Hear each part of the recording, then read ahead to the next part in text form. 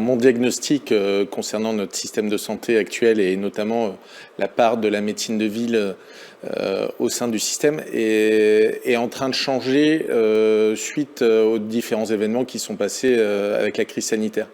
Parce que je pense que la médecine de ville et le médecin généraliste doivent être redéfinis. Ils ne sont pas dans un rôle d'acte qui est actuellement leur moyen principal de rémunération. Ils doivent être des acteurs de la santé publique, ils doivent être des acteurs avec les établissements de santé.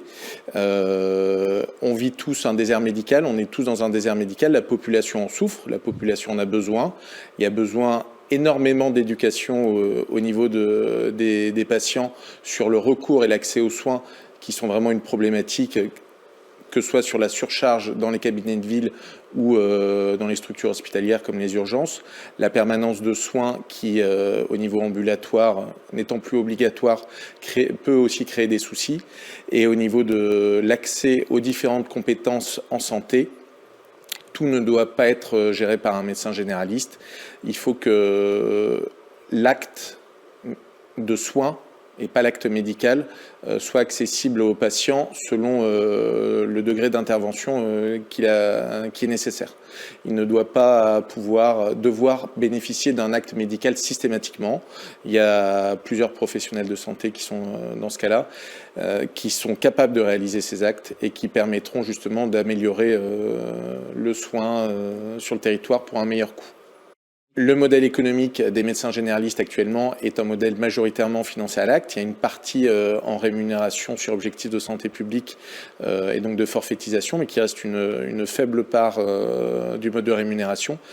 Et ce mode de rémunération ne permet pas à la médecine générale de se projeter dans le rôle qui doit être le sien et dans le rôle qui ne doit pas être pour 2030, mais qui doit être pour 2022 et pour les patients immédiatement. La crise, elle a montré que plein de gens étaient capables, dans le monde de la santé, étaient capables de réaliser des actes différents de leur quotidien, de participer au système. Et le médecin généraliste doit être un acteur majeur du système de santé, mais sur un autre mode de rémunération, clairement. Si on en est à discuter de cette rémunération, je pense que ce n'est pas la personne qui doit être rémunérée, mais ça doit être le geste qui est réalisé, le soin qui est réalisé, qui doit être rémunéré, quelle que soit sa discipline.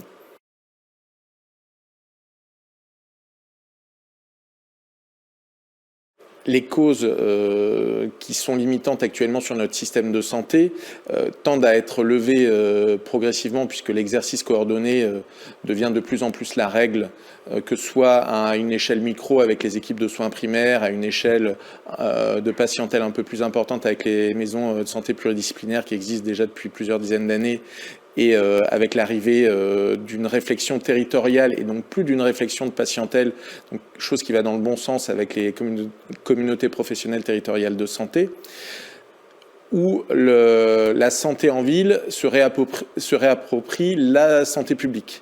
Puisque de toute façon, l'avenir, je pense, de ces CPTS, c'est vraiment un avenir sur la prévention et sur la réalisation et la création des parcours pour nos patients. Et donc la meilleure manière de donner le soin au bon moment, au bon endroit, par la bonne personne, pour travailler cette médecine qu'on appelle la médecine 5P, qui va être prédictive, personnalisée, etc. Si on en reste sur une tarification à l'activité ou qu'on fasse un acte sur un parcours long, sur un parcours complexe, sur un besoin social ou n'importe quoi auprès du patient, quel que soit l'acte qu'on réalise, il sera payé de la même manière. Les forfaits actuellement qui sont donnés aux médecins généralistes sont sur des critères qui vont dans le bon sens, mais qui sont encore loin de la réalité de santé publique.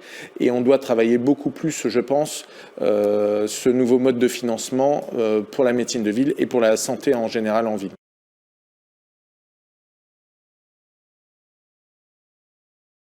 Les CPTS sont une solution qui doit être encore upgradée probablement. Il y a un nouvel avenant qui a été signé en début d'année sur les moyens qui sont donnés aux CPTS.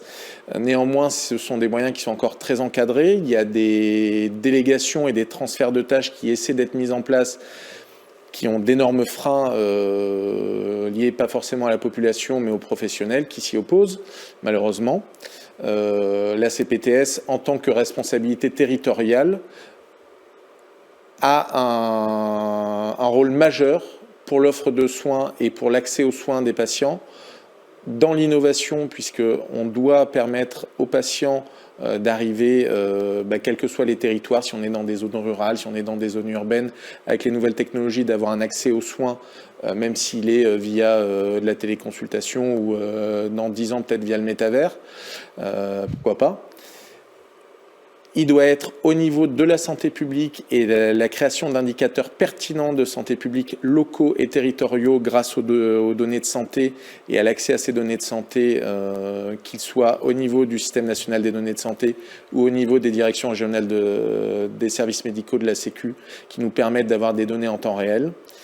Il doit être au niveau de la coordination ville-hôpital, puisque cette coordination ville-hôpital, elle est fondamentale. La crise de la Covid-19 nous a montré, nous a appris que de toute façon, qu'on soit en ville, qu'on soit à l'hôpital, qu'on soit en clinique, en fait, ce qui compte, c'est qu'on soigne un patient. Et quel que soit notre rôle au sein du système de santé, il est juste de travailler ensemble. Donc cette coordination ville-hôpital est fondamentale pour les CPTS. Elle est fondamentale aussi dans la formation, je pense, pour les futurs professionnels de santé, parce que notre formation uniquement hospitalière ou la formation uniquement universitaire nous montre pas ce que va être notre travail plus tard. Et sur le long terme, arriver à changer les modèles de financement, les modèles de réflexion et participer encore plus fortement aux transformations du système. Les autres solutions thérapeutiques, pour le mode de financement, je suis peut-être extrémiste, c'est l'arrêt du paiement à l'acte, qui est complètement hors du temps et qui pousse à un consumérisme médical.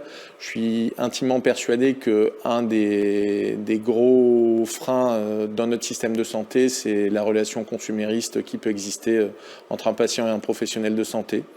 Donc je ne suis pas pour une nationalisation du système de santé à 100%.